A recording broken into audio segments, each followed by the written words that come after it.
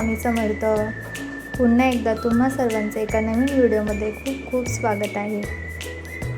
तर बघा जास्वंदीच्या झाडाला किती छान फुलं आलेले.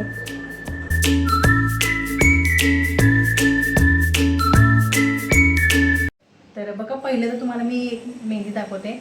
हे ऋतुजाने माझ्या हातावर काढलेली. ही इंस्टावर आम्ही टाकतो, यूट्यूबला पण टाकतो आणि टाकलेली आहे. तुम्ही आमचे रील्स बघा, आपल्या चॅनलवर टाकते मी, त्याच्यावर असतात. आणि मेहंदीचे भरपूर डिझाईन असतात. ही विठ्ठल रुक्माई काढली आहे. तर कशी वाटली मेहंदी कमेंटमध्ये नक्की सांगा. तर आज म्हणजे मला तुम्हाला एक गोष्ट सांगायची की बघा, आपण जिथे राहतो तिथले आजूबाजूवाले आपल्याला चांगले भेटले पाहिजे. जर आपला शेजार धर्म जर चांगला नसेल तर आपल्याला तिथं राहायला खूप प्रॉब्लेम येतात. आपण बाजूला चांगले असतील तर आपण त्यांच्या कामी येतो किंवा ते सुद्धा आपल्या कामी येतात. अशा गोष्टी होतात. काही गरज पडली आपल्याला त्यांना तर ती गोष्ट तर एक आहेच, म्हणजे इम्पॉर्टंट आहे की आपण त्यांच्या कामी येणं, ती पण इम्पॉर्टंट आहे. ते आपल्या कामी येणं खूप इम्पॉर्टंट आहे. तर ही गोष्ट म्हणजे शेजार धर्म म्हणून सगळ्यांनी पाळलीच पाहिजे आणि तुम्ही सुद्धा पाळा. तर आमच्या शेजारचे एवढे चांगले आहेत, शेजारचेच काय आमच्या फ्लोअरवर जेवढे आहेत ना, फर्स्ट फ्लोअर आम्ही राहतो तर ते तर आहेच आहे. शेजार धर्म ते पाळतात. पण आमची पूर्ण बिल्डिंग सुद्धा एकदम छान आहे. सगळे एकदम चांगले आहेत. एकमेकांशी म्हणजे सगळं प्रेमाने राहतात. आणि कोणाचं जर काही काम असेल तर त्यासाठी सगळे धावून येतात. की असं नाही की बाजूवाला तर बाजूवालाच येणार, असं नाही, पूर्ण बिल्डिंग धावून येते आणि खूप चांगले आहेत म्हणजे. तर इकडे बघा तुम्ही, त्यांचं मन लगेच भरून आलं आणि त्या रडायलाच लागल्या. त्या लगेच इमोशनल होतात आणि खरंच बिल्डिंगवाले आमचे खूप चांगले. तुम्ही बघू शकता त्यांच्याबद्दल बोलताना मला एकदम भरून आलेलं असं. तर तो विषय आता मी नाही बोलत आहे, कारण मला मग त्याच्याविषयी परत मग हे होतं, असं भरून येतं. तर बघा मी आज का सांगते की बाजूवाल्यांबद्दल, की आमचे शेजारी असे आहेत की शेजार धर्म असा पाळतात की बघा, सकाळी आम्हाला ना आमच्या बाजूवाल्याने एकाने इडली सांबार आणि चटणी दिली, दुसऱ्यांनी हे शेवयांची खीर दिली. तुम्ही बघू शकता. आणि ती पण किती, आणि इडले सुद्धा बघू शकता किती दिल्यात, की म्हणजे जसं काही सगळ्या घरच्यांना पुरलं पाहिजे हा विचार करूनच ते देतात. बघा ही खीर सुद्धा बघा किती दिली आहे टोप भरून. आणि हा गूळ आहे ना, हा काल दिलेला आहे. तर हा गूळ आहे ना, खाली आमच्या इथे भाभी राहतात, त्या गावी गेलेल्या, 1 महिनाभरासाठी गावी गेले होते आणि त्या गावावरून आल्या आणि गावावरून त्यांनी गूळ आणलेला आहे. तर तो सुद्धा मला त्यांनी काल दिलेला आहे. तुम्ही बघू शकता असे गुळाचे खडे. बिचाऱ्याने एवढं गावावरून ओझं घेऊन आले. त्यांच्या गावाला तर आपल्याला माहिती आहे खूप दिवस लागतात जायला यायला, आणि एवढं ओझं घेऊन यायचं म्हणजे खूप भारी पडतं. तरी त्याने आणलंय आणि तो आम्हाला सुद्धा दिलाय. असा हा शेजार धर्म बघा किती छान वाटतं ना असं. तर तुमचे पण शेजारी कसे आहेत कमेंटमध्ये नक्की सांगा. तर बघा आता आम्ही चालले बाहेर, तर म्हणूनसाठी मी तयारी वगैरे केली आहे. आम्ही बाहेर चालले, बाहेर म्हणजे बाजूच्याच बिल्डिंगमध्ये मैत्रिणी आहेत. अजून त्या बिल्डिंगमध्ये सुद्धा आमच्या मैत्रिणी आहेत ना. तर आम्ही असं पाऊस जर नसेल किंवा उन्हाळ्यामध्ये दररोज आम्ही संध्याकाळी ते जाऊन बसायचो, आणि आज पाऊस नाही आहे त्यामुळे आता सुद्धा आम्ही चालले. आणि तिकडे गेल्यानंतर आम्ही म्हणजे कशासाठी चालले ते तुम्ही बघा. तर संध्याकाळी आम्ही बाहेर चाललेलो, त्याच्यामुळे पहिली देवपूजा करून घेतली.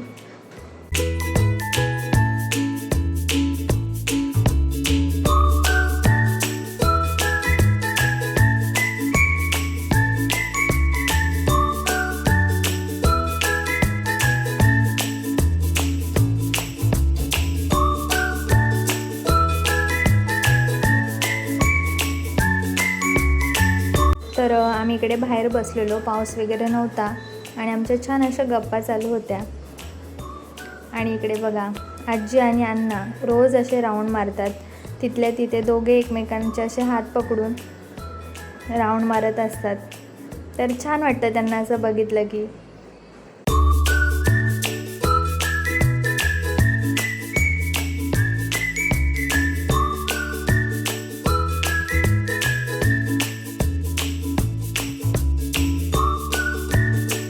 तर इकडे मी आज काकूंचा हेअरकट करणार आहे. त्यांना केस कापायचे होते, तर त्या मला बोलल्या माझे केस काप थोडेसे खालून. तर मी आज त्यांचा हेअरकट करणार आहे, तुम्ही बघा. तर बघा त्यांची केस किती लांब आहेत पण पातळ आहेत.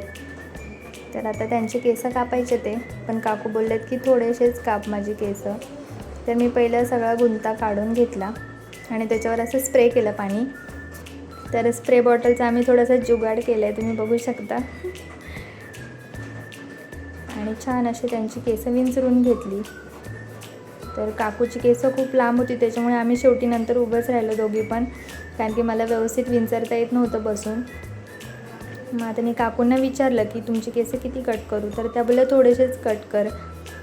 तर मग मी त्यांची केस कट करायला घेतली, थोडेसेच कट केले असे खालून.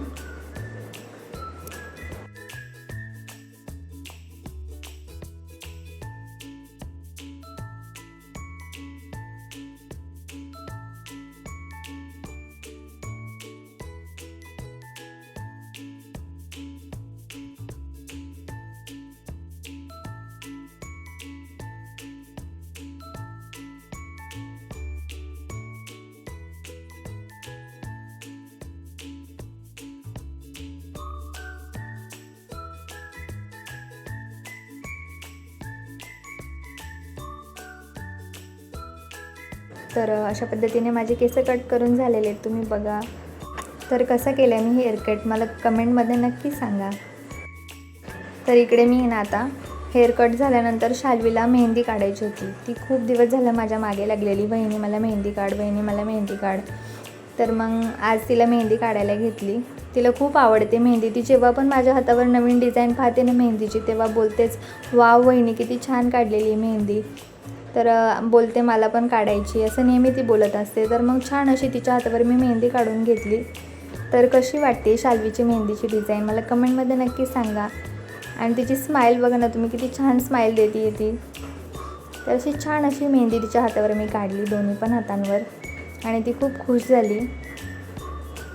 तर तुम्हाला कशी वाटली ही डिझाईन?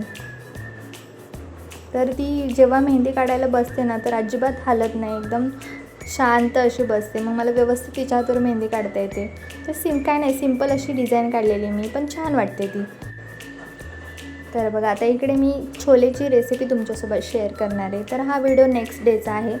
तर इकडे मी छोलेसाठी कांदा, टोमॅटो, लसूण, हिरवी मिरची सगळं कट करून घेतलं. छोले पण शिजवून घेतले आणि तिकडे कणकेचा गोळा पण मळलेला आणि याची पेस्ट बनवून घेतली. तर आता बघा हे छोले छान असे शिजून घेतले मी कुकरला, याच्या शिट्ट्या करून घेतल्या. याच्यामध्ये हळद, मीठ आणि थोडे खडे मसाले टाकलेले. तर छान असे शिजलेले आहेत छोले. तर या छोल्यांमधले थोडेसे छोले आपल्याला मिक्सरला बारीक करायचे, त्याची पेस्ट करून घ्यायची, कारण की त्याने भाजीला घट्टसरपणा येतो. तर आज मी या भांड्यामध्ये छोलेची भाजी बनवणार होते. त्याच्यामध्ये तेल टाकलं, गरम मसाला टाकला आणि जी प्युरी केलेली ती प्युरी टाकून घेतली आणि छान असं त्याला तेल सुटेपर्यंत फ्राय करायचे. तर त्याला थोडंसं तेल सुटलेलं तर त्याच्यामध्ये हळद टाकली आणि आपला जो घरचा मसाला आहे तो टाकला, थोडं लाल तिखट टाकलं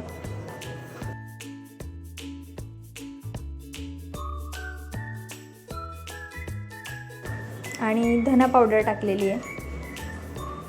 आता याला छान असं फ्राय करायचं आहे. आणि याच्यामध्ये मेन मसाला आपला छोले मसाला तर पाहिजेच याच्यासाठी.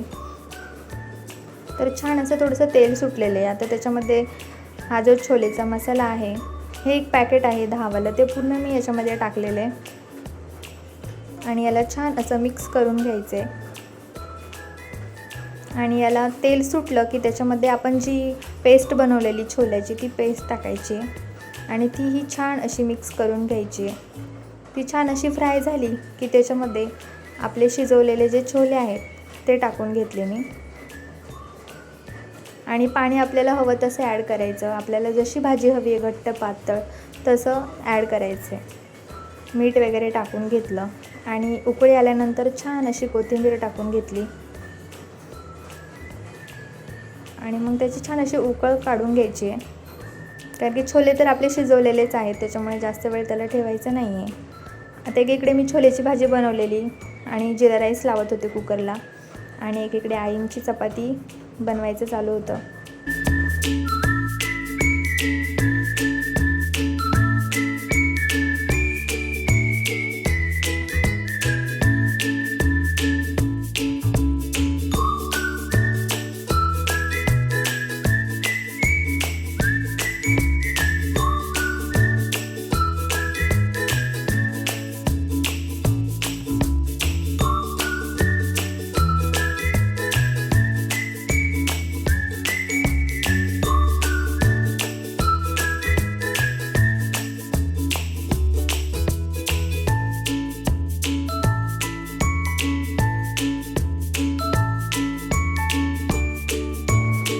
तर आईंच्या इकडे गरमागरम चपात्या चालू होत्या आणि बाहेर तुम्ही बघू शकता खूप पाऊस चालू होता बाहेर. तर अशा पावसामध्ये गरमागरम जेवायची मज्जाच वेगळी असते. तर आमचं छान असं आज गरमागरम जेवण होतं. तर या मंडळी सर्वांनी जेवण करायला. तुम्हाला जर आजचा व्हिडिओ आवडला असेल तर व्हिडिओला लाईक करा, शेअर करा आणि चॅनलवर नवीन असाल तर चॅनलला सबस्क्राईब करा. थँक्यू. बाय.